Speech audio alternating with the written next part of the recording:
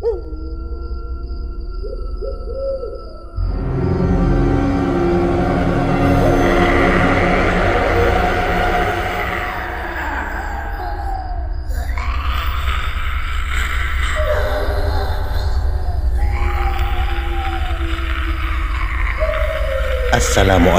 warahmatullahi wabarakatuh kepada semua para penonton Malam Mistik Rufai daripada seluruh Nusantara.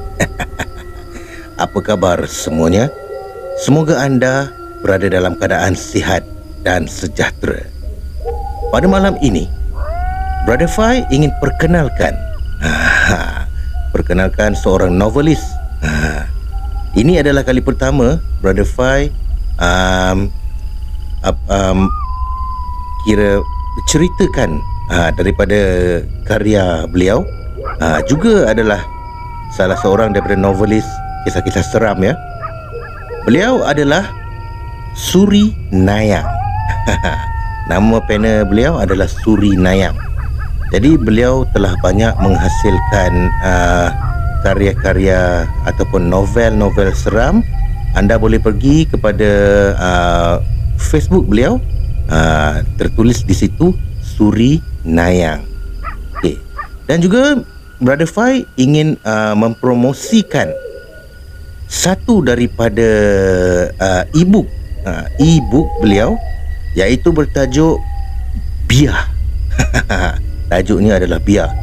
Kisahnya memang best, memang seronok untuk dibaca ya, kisah seram ya. Daripada sudut harganya memang betul-betul berpatutan dan jalan ceritanya memang cukup bagus.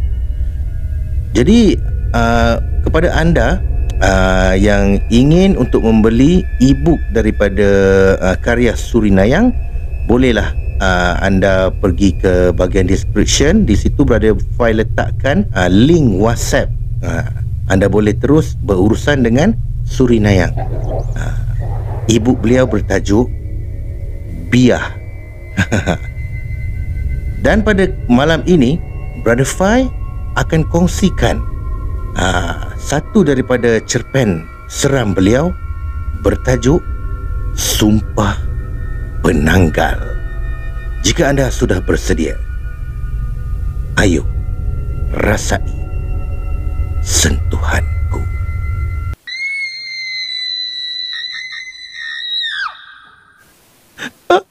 Abang, tolong abang, sakit bang, sakit.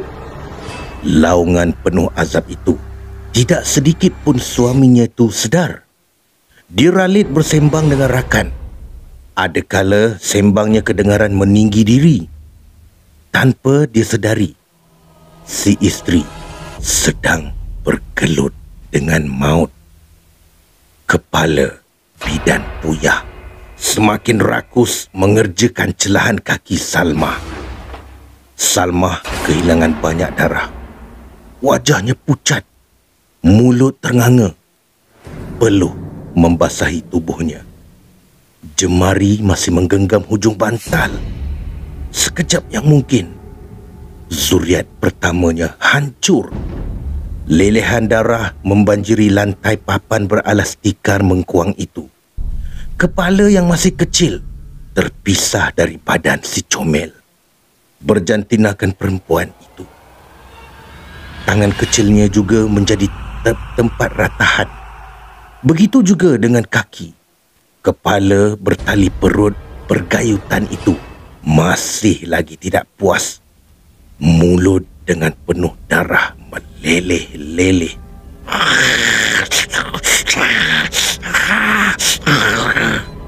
Memualkan jika dipandang. Berdecit-decit bunyi setiap kali dia memamah daging si kecil yang malang itu. Bukan itu saja, malahan uri juga dia umpamakan seperti daging. Darah kian membuak. Lencun kain batik Salmah dibuatnya. Pandangan mata Salmah makin lama makin kabut. Tercungap-cungap cuba mengambil nafas. Osman, kenapa kamu tak tunggu Salma? Omel Mak Leha selaku ibu Osman. Di sisinya kelihatan seorang perempuan separuh baya. Osman dan rakannya Zaki saling berpandangan. Hah?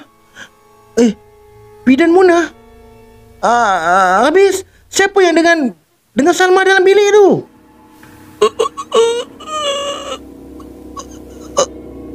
Allah.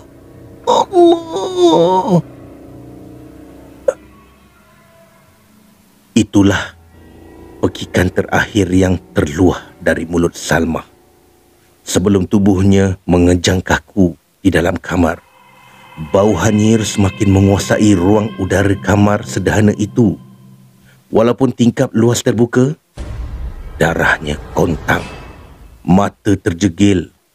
Arwah Salma tampak mengerikan pada sesiapa yang melihat. Salma! Salma! Salma! Jerit Osman kelam kabut berlari naik ke rumah. Ini diikuti Zaki dan Mak Leha. Hanya bidan Munah yang sebenar masih lagi tercegat di laman sambil berkumat kamit mulutnya kala mata mengitari sekeliling. Aku dah pesan, Osman. Aku dah pesan. Kenapa kau tergamak tinggalkan Salma seorang diri? Kau tahu tak itu siapa? Allahu la ilaha illa huwal hayyul qayyum. Dalam masa yang sama, bidan Munah yang sebenar meneruskan perlawanan dengan sesuatu yang hanya dia saja yang nampak. Dia juga menggilingkan kepala. Inilah akibat tidak dengar akan nasihat yang sudah lama menjadi bidan kampung. Osman langsung tidak mahu dengar. Jika Osman dengar akan nasihat dia, sudah pasti bawah rumah iaitu kolong dipenuhi dengan pasu berisi daun mengkuang. Benda yang bertali perut yang merambu tu takut pada pokok berduri. Sayang! Ya Osman, tak kala pintu yang jenuh dia tendang sudah pun terbuka sendiri. Berlari Osman mendapatkan tubuh yang berlumuran darah itu. Zaki serta ibu Osman kaku di depan muka pintu. Terkejut melihat pemandangan ngeri dalam kamar itu. Paling menyayat hati apabila mata masing-masing terpaku. Pandangan ke arah sesuatu yang tidak berupa lagi. Astagfirullah. Ngeri. Salma. Maafkan abang, Sal. Maafkan abang. Ya Allah. Anak kita, Sal. Anak kita. Ya Allah. Raung Osman masih lagi memeluk tubuh kaku isterinya sambil mata tetap memandang ke arah tubuh kecil yang tidak sempurna itu. Serpihan daging si kecil itu ada sisanya. Zaki, rakan kepada Osman juga tergadah kerana itu merupakan kali pertama dia melihat suasana berdarah sebegitu. Pemandangan yang terlalu menyayat hati. Kain batik Salma lencun dengan darah. Celahan kaki yang terselak dan masih lagi luas tenganga itu dibanjiri darah merah. Astagfirullahaladzim. Dah. Sudahlah tu. Man, sudahlah. Jika kau menangis air mata darah sekalipun, Salma kau tu takkan kembali, nak. Pujuk Mak Leha tidak sampai hati mahu memarahi anak tunggalnya itu. Lagi walau dia amat menyayangi menantunya yang juga tunggal itu. Bidan Munah baru sampai ke bilik. Sungguh dia tidak menduga sebegitu sekali keadaan Salma yang sudah menjadi arwah. Aib serta mengerikan. Aku tak sangka kau makin kejam. Monolog bidan Munah ketika mindanya terlukis wajah seseorang. Bidan Munah juga kesian melihat keratapan Osman. Osman masih lagi meratap seperti orang tidak waras. Namun demikian, sedikit demi sedikit dia dapat ditenangkan. Pun begitu, dia seakan enggan mahu melepaskan jenazah pergi. Tanpa ada rasa takut atau jijik, kepala arwah isterinya itu masih erat dalam dakapannya. Osman, Leha, aku rasa eloklah kita percepatkan pengebumian arwah ni. Janganlah kita seksa dia lagi, ujar bidan Munah. Munah, aku tahu engkau tahu sesuatu ni. Bagi tahulah Munah. Mak Leha bersuara setelah puas dia menangis. Air mata yang masih bersisa pada permukaan pipi diseka menggunakan hujung selendangnya. Kini tinggallah mereka berdua saja. Suami tercinta sudah lama pergi menghadap ilahi. Tiada lagi gelak tawa Salmah. Apatah lagi suara si kecil sulung keluarga itu. Zaki tiba-tiba teringatkan sesuatu. Mak Leha, saya baru teringat. Mak Leha yang mendengar terus memasang telinga. Begitu jugalah dengan yang lain. Zaki bagaikan ada rahsia yang mahu diberitahu pada mereka semua. Apa dia Zaki? Apa yang kau nampak? Osman kembali menyoal dengan nada tidak sabar. Saya ternampak satu kelibat. Tapi dia sangat laju naik atas rumah kau, Man. Aku tak tahu dia pergi mana lepas tu. Tapi aku rasa aku tahu benda apa tu, ujar Zaki lagi. Apa yang kau nampak, Zaki? Suara Osman semakin menekan. Kepala arwah Salmah semakin dia rapatkan ke dada. Zaki memandang ke arah bidan Munah. Bidan Munah juga memandang Zaki dengan penuh persoalan. Tetapi dalam hati bidan Munah seakan dapat menangkap akan apa yang mahu diperkatakan. Mak Leha pula menyoal soalan yang sama, malahan suara tegas. Satu paksaan. Nak tak nak, Zaki dengan suara terkatar-ketarnya memberitahu akan apakah kelibat tersebut. Dia pasti kelibat itu adalah penanggal, kerana jantung serta tali perutnya berjuraian. Astaghfirullahalazim, mengucap Mak Leha manakala Osman pula makin rapat dengan tubuh kaku isterinya itu. Bidan Munah juga tahu, namun dia tidak mahu menambah lagi kesedihan dalam rumah papan sederhana luas itu. Leha, aku rasa mari kita buat dulu apa yang patut.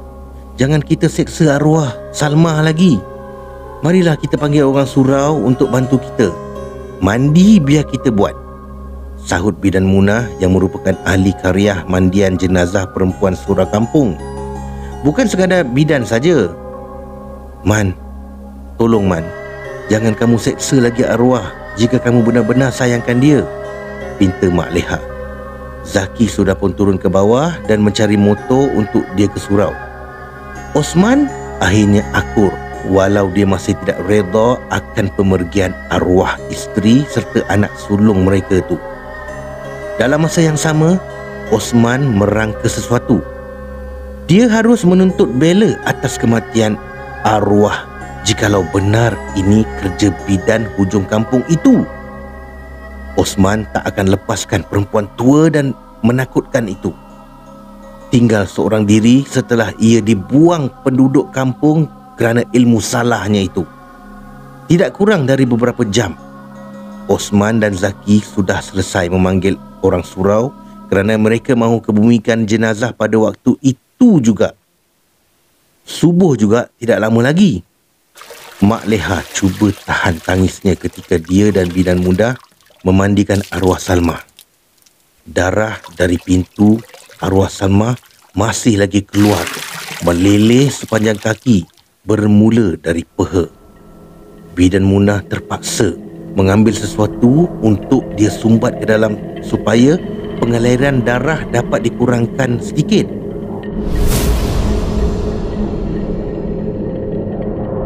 Allahu Akbar.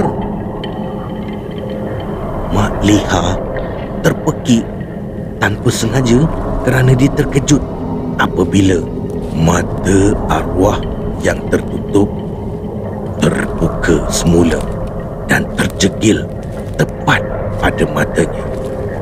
Dia yang mahu mencebok ke muka terus terlepas cebok dan terkena kaki. Hui, sakit sekali memandangkan dalam itu ada banyak air. Bidan Munah seraya menggeleng, lalu dia mendekati wajah jenazah sambil membaca sesuatu beserta telapak tangan meraup wajah pucat arwah Salma. Bidan Munah tahu dengan cara kematian sebegitu rupa memang akan ada banyak dugaan.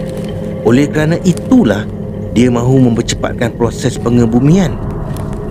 Setelah kelopak mata arwah kembali terkatup, Bidan Munah mendekati Mak Leha pula. Lalu wajah wanita itu dia basahkan dengan dengan air lah, dengan air yang dah dibacakan potongan ayat Al-Quran.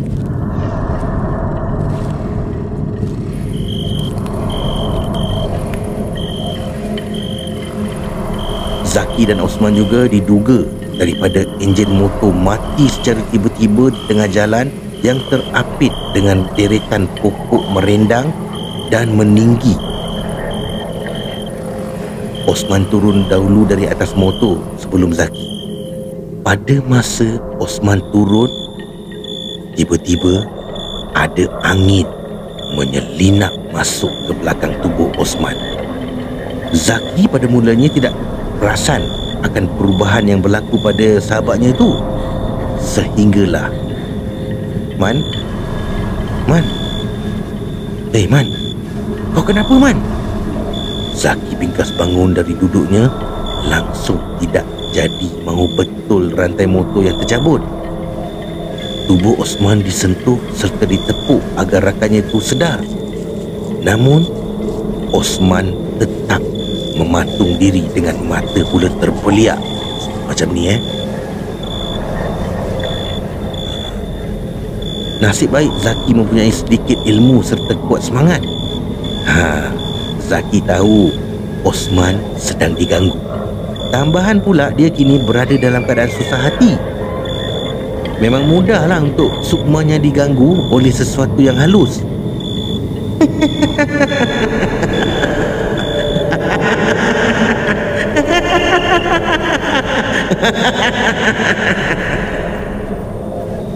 Osman terus mengilai secara tiba-tiba.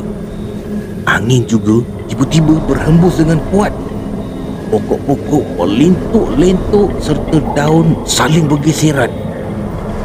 Zaki merenung tingkah Osman. Dia tahu yang ada dalam tubuh Osman merupakan jin betina. A'udzubillahiminasyaitanirrajim. Bismillahirrahmanirrahim. Berkumat kamit mulut Zaki membaca segala ayat lazim yang dia tahu selama dia belajar. Osman terus meronta saat tangan Zaki memegang bahunya. Osman mau menggigit, namun Zaki lagi pantas.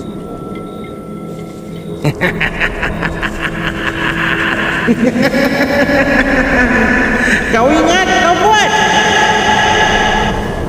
Bentak Osman dalam merontanya. Sekali lagi dia mengilai.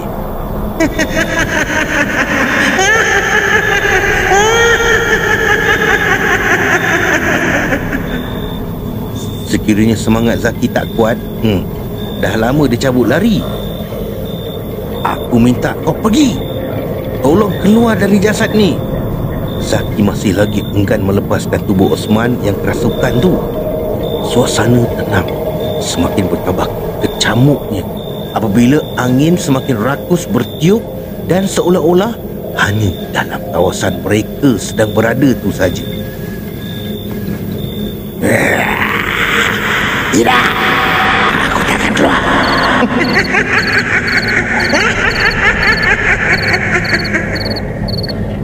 Pekik serta bentak benda yang menguasai tubuh Osman tu sambil meronta kuat. Memang ada ketikanya Zaki sendiri tak mampu untuk pegang si Osman ni.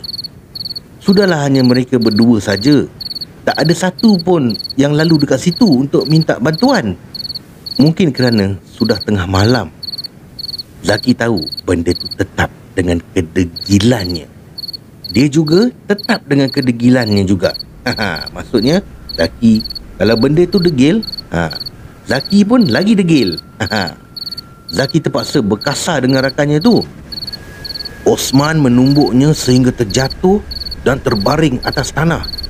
Sebelum tu, Zaki dengan pantas memegang ibu jari kaki Osman sambil membaca ayat-ayat lazim serta pembakar jin.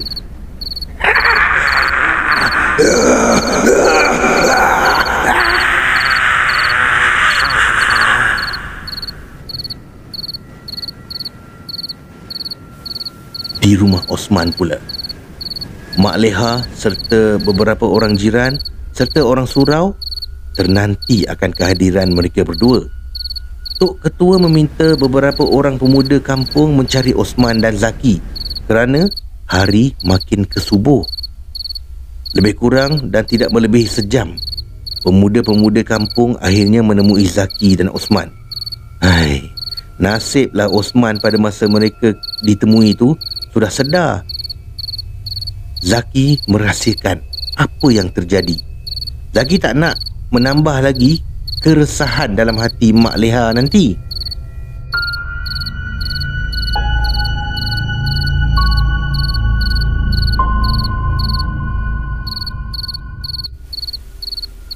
Di rumah papan hujung kampung pula, tinggallah seorang bidan kampung di mana hikmatnya sudah tidak diperlukan lagi. Puyah atau bidan Puyah dahulunya memang sangat dikenali bukan saja dalam kampung, malah kampung-kampung yang berjiran dengan kampung mereka juga. Namun apabila tembelangnya sudah pecah, orang-orang kampung mulai takut untuk menggunakan hikmatnya membidani isteri-isteri mereka yang mahu melahirkan anak, terutama sekali kelahiran bayi sulung. Seakan-akan ada tulah dalam kampung tersebut setelah Tok Ketua mengarahkan dia tinggal di hujung kampung serta jangan mengganggu penduduk kampung lagi. Okey, kita imbas kembali kisah yang beberapa bulan sebelum ini.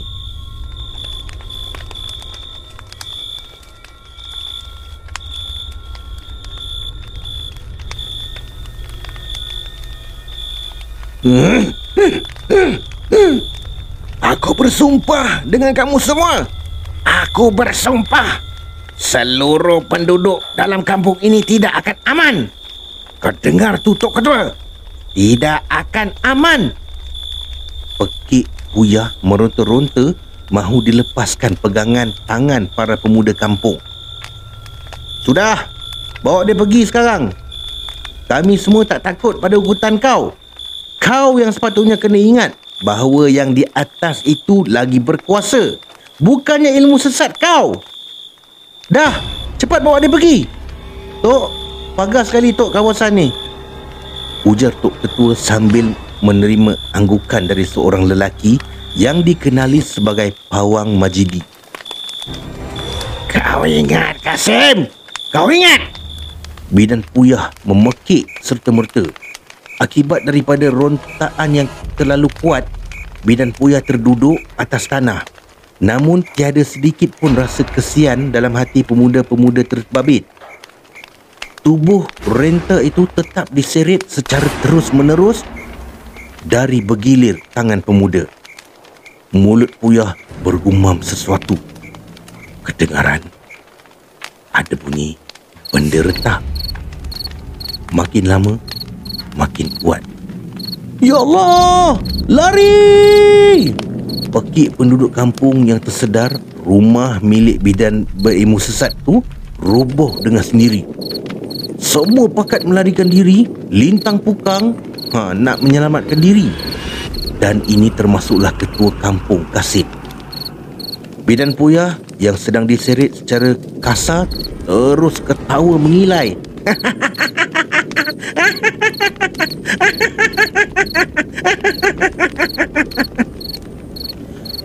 Semenjak daripada hari itu, keadaan kampung huru-hara. Yang paling menakutkan apabila tirai malam sudah berlabuh. Anak-anak kecil yang selama ni sering kali pulang lewat dari kelas mengaji, kini menjadi takut untuk ke kelas. Tiada lagi wajah-wajah anak muda melepak tepi jalan dengan gitar kapuk mereka. Dan ini termasuklah warung ataupun kedai tepi jalan. Mereka juga akan kelam kabut mengemas kedai mereka tak kala jam menghampiri 7.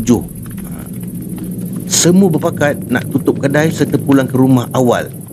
Tidak seperti kebiasaan sehingga lewat malam. Jika ada yang masih buka pun, sekitar kawasan surau sajalah.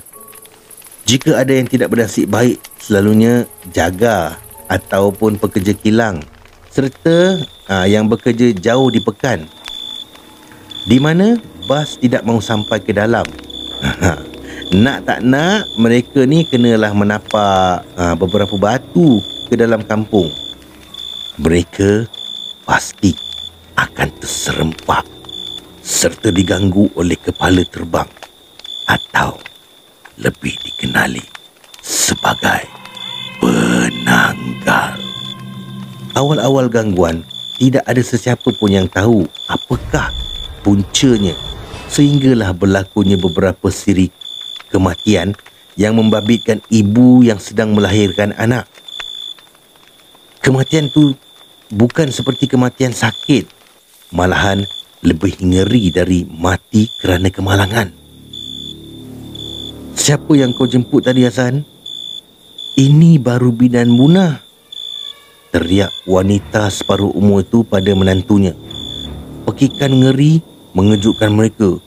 Ya Allah, Mak, anak aku, pekik wanita separuh baya itu serta menantunya. Kelam kabut naik takah tangga. Bidan Munah menggiling lagi. Nampak gayanya puyah, makin melampau dan dia harus berbuat sesuatu. Boleh dikatakan hampir setiap minggu akan kedengaran ada bayi yang baru lahir mati beserta dengan ibunya sekali. Tak guna kau puyah, pekik Hasan. Jenuh mereka-mereka yang ada di situ cuba meredakan kemarahannya.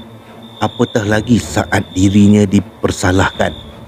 Semenjak dari hari itu, Tok Ketua mengarahkan agar diadakan rukun tetangga untuk mengawal. Apa guna rukun tetangga, Tok? Yang kita lawan ni bukan orang, tapi syaitan. Kami sokong, Tok. Habis tu, kamu semua nak aku buat apa lagi? Kita mesti hapuskan bidan tak guna tu dengan cara yang sama, Tok. Sampuk seorang pemuda yang menampakkan diri dari celahan penduduk kampung yang sedang beramai-ramai di depan rumah Ketua Kampung Kasim. Baiklah, kalau begitu yang kamu semua inginkan, akan aku tunaikan. Aku akan menemui seseorang sekejap lagi. Seeloknya sekarang, Tok. Lagi cepat, lagi baik. Uyah dah melampau, Tok, celah pemuda yang sama. Serentak yang lain juga bersuara dengan cadangan yang sama. Ketua kampung terpaksa akur. Dia meminta beberapa orang pemuda tetap berjaga dan beberapa lagi mengikutnya untuk menemui seseorang itu. Baik, kita kembali ke kisah yang kedepannya.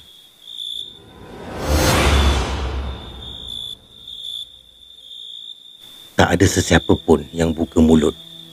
Orang surau memenuhi ruang hadapan sementara jenazah sedang dalam proses dikafan. Osman masih lagi tertanya apa dah berlaku sebenarnya. Pun begitu, dia tetap berbuat biasa. Air mata mengalir sendiri saat terpandang wajah pucat arwah. Mak Leha bangun dan mula berbisik pada mereka yang berkenaan. Mak Leha menghampiri Osman iaitu lalu berbisik. Mak Leha waris untuk memandang jenazah buat kali terakhir sebelum dibawa untuk dikebumikan. Alhamdulillah, tiada apa-apa yang buruk berlaku atau yang mengaibkan. Hanya ketika proses mandi saja tadi. Pun begitu, tidak sesiapa pun yang perasan Maleha ada buat sesuatu pada jenazah. Dia khawatir jenazah bangkit semula sebagai Pontianak. Sesuatu yang kurafat dan tak sepatutnya. Setelah selesai dan waris sudah bertemu dengan jenazah buat kali terakhir, orang surau melakukan solat jenazah. Hanya bidan Munah tidak menyertai pengebumian kerana dia perlu uruskan sesuatu.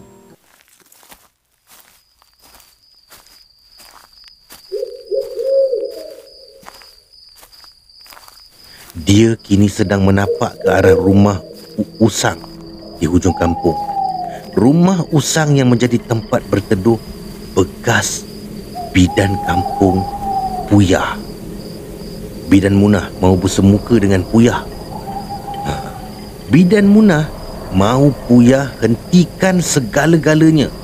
Cukup-cukuplah rasa dendamnya itu. Tok Ketua Kampung juga sudah menduda kerana kehilangan isterinya juga ketika bersalin.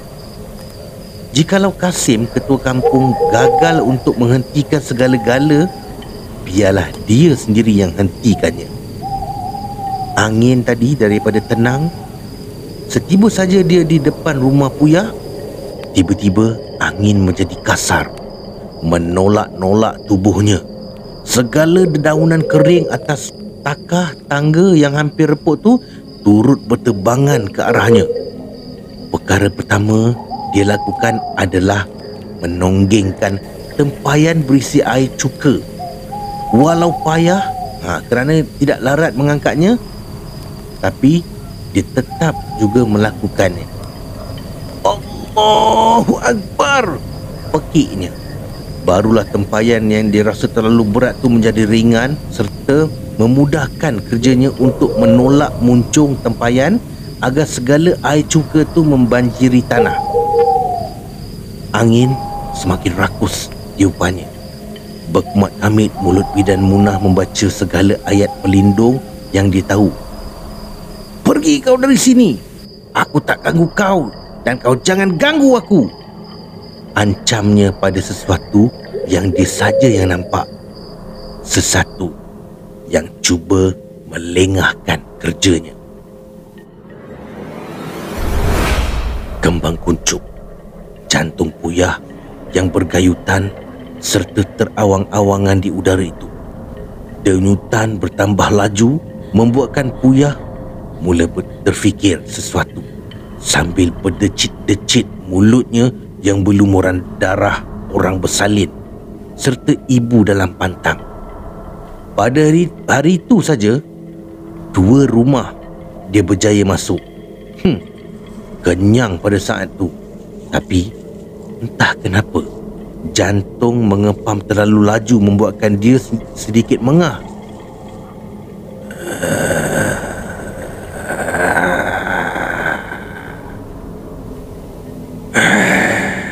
Kenapa jantung aku laju sangat ni? Hembusannya membuatkan dia yang sekadar kepala tanpa tubuh badan tu terbuai-buai, menitis-nitis darah ke tanah. Sesiapa yang tidak bernasib baik yang lalu di bawah laluan, dia akan terkena titisan darah tersebut dan harus cepat bersihkan dia. Khawatir menjadi kudis. Tidak sampai beberapa minit, Puyah memasuki laluan tempat untuk ke rumahnya yang terletak nun di hujung kampung. Entah kenapa hatinya berasa tidak selesa. Dia liarkan pandangan mata ke setiap arah. Tiada sesiapa atau apa-apa yang mencurigakannya. Tempayan aku tumpah. Tempayan aku tumpah. Siapa buat tempayan aku tumpah? Pekik Puyah tidak tentu hala. Puyah yakin ada penceroboh. Dia terus terbang masuk melalui tingkap dalam keadaan segala tali perut masih mengembang dan menyukarkan untuk kepala masuk ke dalam leher sewaktu mahu proses sambungan nanti.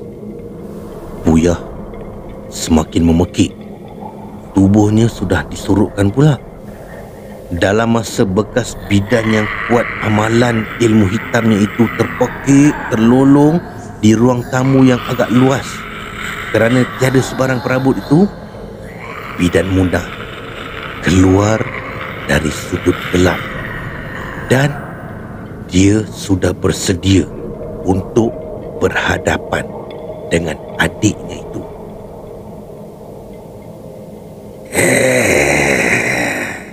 Aku sudah jangka.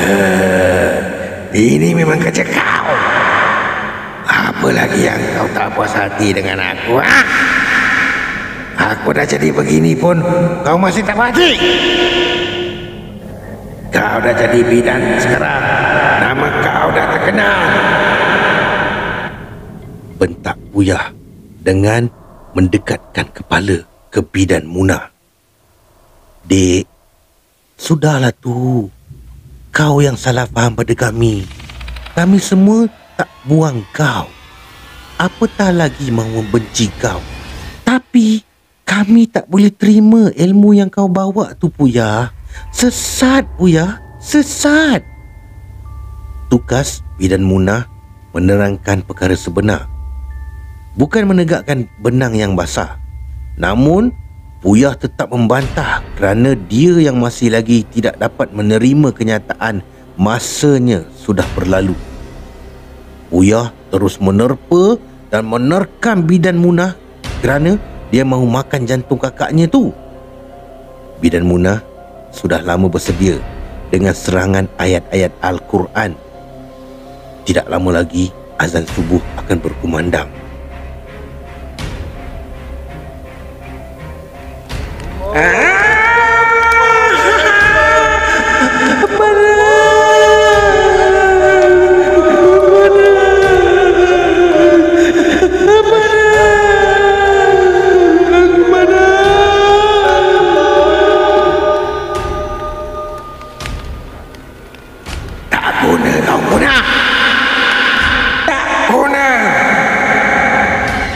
Pekik Buya semakin lama dibakari dengan api yang muncul dengan sendirinya. Maafkan aku, Buya. Maafkan kakak.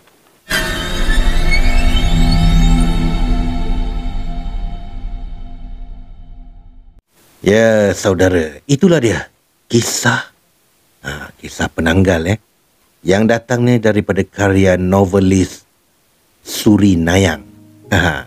Okey.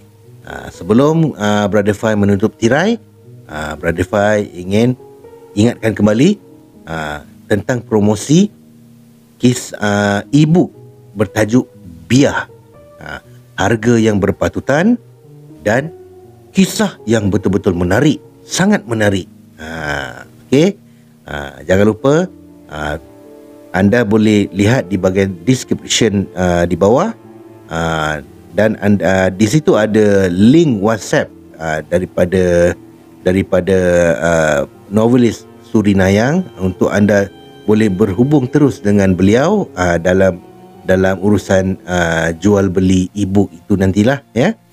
Sampai di sini sajalah perkongsian pada malam ini. Terima kasih Suri Nayang kerana hasilkan kisah-kisah yang menarik. Terima kasih kepada anda yang sentiasa support Malam Mistik Profile. Jangan lupa subscribe, tekan butang loceng, komen dan share kerana subscribe itu gratis. Kita jumpa lagi. Peace, no war.